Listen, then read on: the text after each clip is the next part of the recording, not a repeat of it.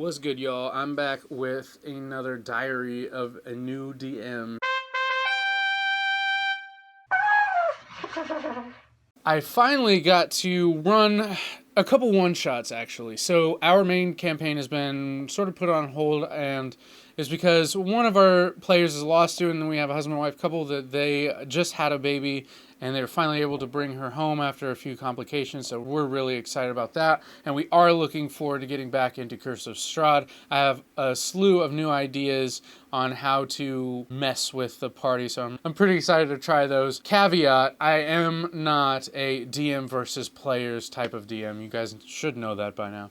But anyways, I'm looking forward to trying out some different things to make the game interesting. Anyways, back to what I was saying. I got to run a one-shot last weekend with a few new players, and I had 3 new players that were sitting down. One was sort of familiar with RPGs in general, just hadn't played 5e at all. Unfortunately, one of the other players had to leave before we really got started, so I was running a one-shot for 2 players, which really wasn't bad, but it was definitely a new experience for me. I think between that and then I ran a one-shot this past weekend where half the group was our normal group, but then I had some family members that jumped in as well that had never played, or actually, so my uncle and cousin. My cousin had never played, but my uncle hadn't played since like 1st or 2nd edition. I don't know if he remembers what edition he played back in the day, but either way, it's been a long time for him. So it was super fun, man. It was fun to run games for new players or players that just haven't played in a very long time, so that was fun. I think overall, though, what I learned between both one-shots and running both of those is that I really need to work on pacing. I pretty much had everything ready for the first group, where that I was only running for 2. The story was in place, the NPCs were in place, and all the little goals and different mission things were in place. The players were here at my place for, man, I want to say it was like an hour, about an hour, give or take, maybe longer, before I really started getting into the game. I was just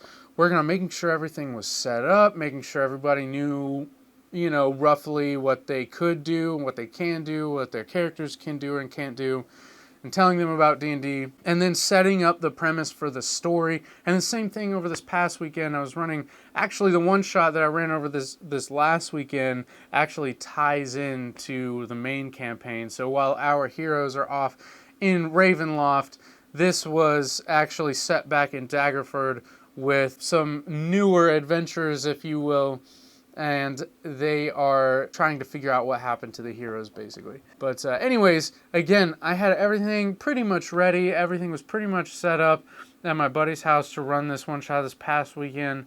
And by the time we got everything together, and because of this silly virus floating around, we had one guy that wanted to remote in over Discord. That took a little bit of time.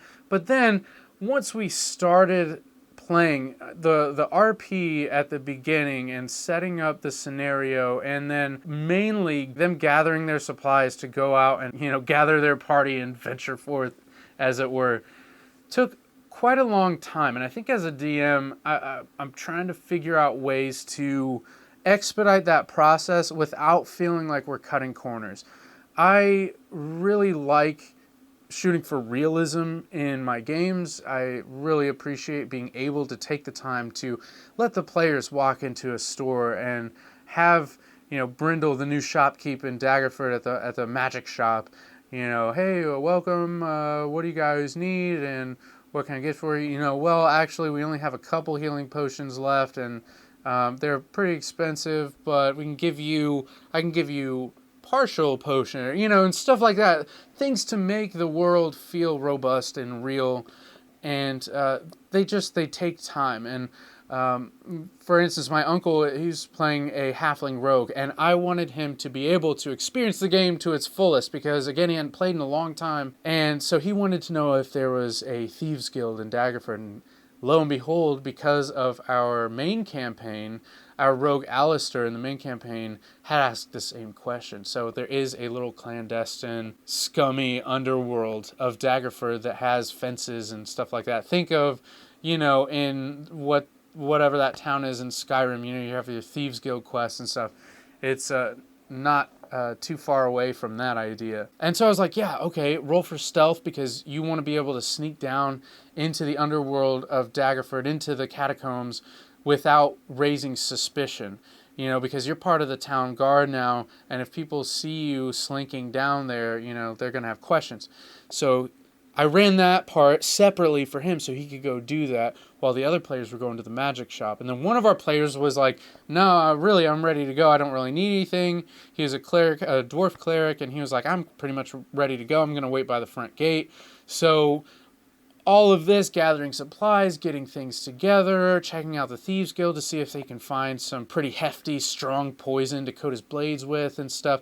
It took a lot of time, which wouldn't have been a problem, but we were a little pressed for time in the end because there was another group coming over at 4. For the one-shot, it actually ended up being about a 5-hour-long one-shot, and that's still having to rush at the end because the new group was there. So I'm trying to figure out how to let the players gather things, let them take their time in the town, and even with a one-shot that does tend to be a little more railroady, still let them have the freedom to explore and check things out and have fun with a world that is alive and a world that has depth and not just, okay, you start at the beginning of the dungeon, try to get through all these traps and kill everything, and I'll give you rewards at the end. They were able to get out into the wilderness, and they did find a cave, and they were fighting a bunch of kobolds, but they made it through about a third of the little dungeon, as it were, before we had to I had to start dropping some